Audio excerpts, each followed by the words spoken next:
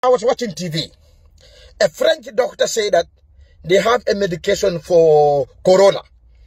Now they have a new vaccine. The vaccine, they want to take this corona vaccine to Africa and go and test it. Why Africa? My people, in Italy, they have almost 12,000 people that die because of corona. But they don't take this vaccine to Italy and go and test it there. My people, you go to Spain, you have almost 7,000 people that, 7,000 people that, they all die because of corona. Corona killed them. They don't took this medication and go and test the medication in Italy. My people, in America, you have almost 5,000 people that died there because of corona. My people, where this this virus is from, China. Almost 4,000 people die in China. Where this virus is from, 4,000 people die there. But they don't take this medication to China. Why Africa? Africa, we have only 23 people that died there because of corona. Corona killed only 23 people in Africa. So why they don't take this vaccine to America? Why they don't take this vaccine to China? So why Africa? We have only 23 people. Why did they want to test this vaccine in Africa? Why?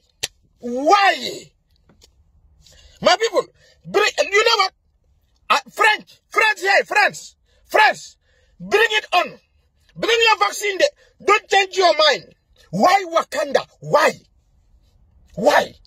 Why? Why Wakanda? Why? Why Africa? Why? Why Africa? I want to know why. You want to bring the vaccine and test it in Africa? Bring it.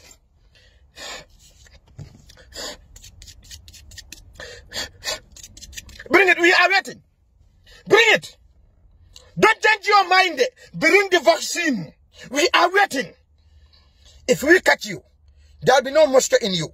If we catch you, you and your vaccine, there'll be no shit in your ass. We will liquidate all that shit from your ass. If you bring this vaccine in Africa, we are waiting. If we handle you, we will dry clean you and wash you, microwave you. The time we are done with you, there'll be no moisture in you. Bring it. You silly sausage, you bandit salo, you imbecile, you salopard. Why Africa? Why?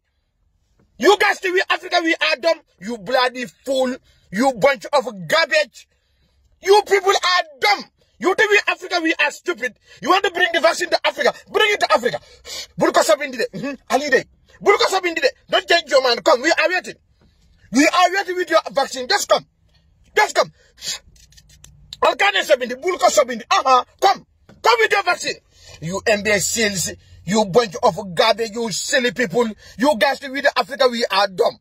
That's what you think. Bring the medication to Africa, we are waiting. You silly sausages. Chimbambakalat, you motherfucker, salopard. And what again? You imbecile, you mardakon, you salopard. And what are you born for nothing? You McDonald, you Burger King, you Jack in the Box. You are all foolish, you garbage people.